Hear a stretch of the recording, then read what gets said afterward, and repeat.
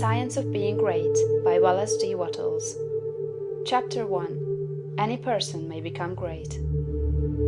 There is a principle of power in every person. By the intelligent use and direction of this principle, man can develop his own mental faculties. Man has an inherent power by which he may grow in whatsoever direction he pleases, and there does not appear to be any limit to the possibilities of his growth. No man has yet become so great in any faculty but that it is possible for someone else to become greater. The possibility is in the original substance from which man is made.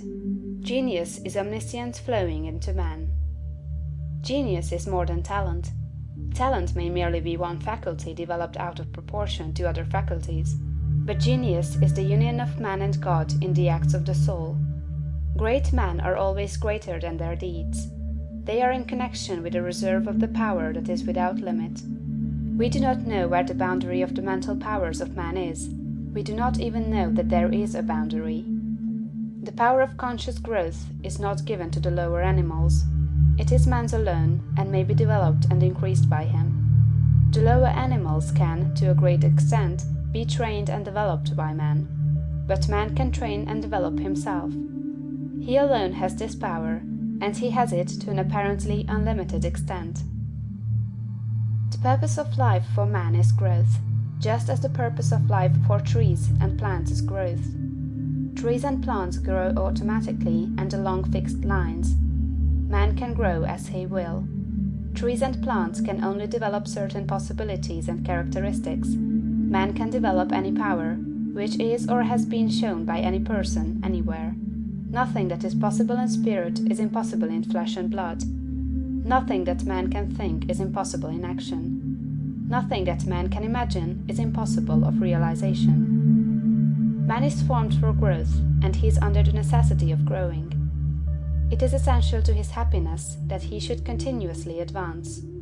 Life without progress becomes unendurable, and the person who ceases from growth must either become imbecile or insane. The greater and more harmonious and well-rounded his growth, the happier man will be. There is no possibility in any man that is not in every man. But if they proceed naturally, not two men will grow into the same thing or be alike. Every man comes into the world with a predisposition to grow along certain lines, and growth is easier for him along those lines than in any other way. This is a wise provision, for it gives endless variety. It is as if a gardener should throw all his bulbs into one basket. To the superficial observer they would look alike, but growth reveals the tremendous difference. So of men and women, they are like a basket of bulbs. One may be a rose and add brightness and color to some dark corner of the world. One may be a lily and teach a lesson of love and purity to every eye that sees. One may be a climbing vine and hide the rugged outlines of some dark rock. One may be a great oak among whose boughs the birds shall nest and sing, and beneath whose shade the flocks shall rest at noon. But everyone will be something worthwhile, something rare, something perfect. There are undreamed of possibilities in the common lives all around us in a large sense. There are no common people. In times of national stress and peril, the cracker-box loafer of the corner store and the village drunkard become heroes and statesmen through the quickening of principle of power within them. There is a genius in every man and woman, waiting to be brought forth. Every village has its great man or woman, someone to whom all go for advice in time of trouble, someone who is instinctively recognized as being great in wisdom and insight. To such a one, the minds of the whole community turn in times of local crisis. He is tacitly recognized as being great. He does small things in a great way. He could do great things as well, if he did but undertake them. So can any man. So can you. The principle of power gives us just what we ask of it. If we only undertake little things, it only gives us power for little things. But if we try to do great things in a great way, it gives us all the power there is. But beware of undertaking great things in a small way. Of that we shall speak farther on. There are two mental attitudes a man may take. One makes him like a football. It has resilience and reacts strongly when force is applied to it, but it originates nothing. It never acts of itself. There is no power within it. Men of this type are controlled by circumstances and environment. Their destinies are decided by things external to themselves. The principle of power within them is never really active at all. They never speak or act from within. The other attitude makes man like a flowing spring. Power comes out from the center of him. He has within him a well of water springing up into everlasting life. He radiates force. Highest felt by his environment. The principle of power in him is in constant action. He is self-active. He hath life in himself.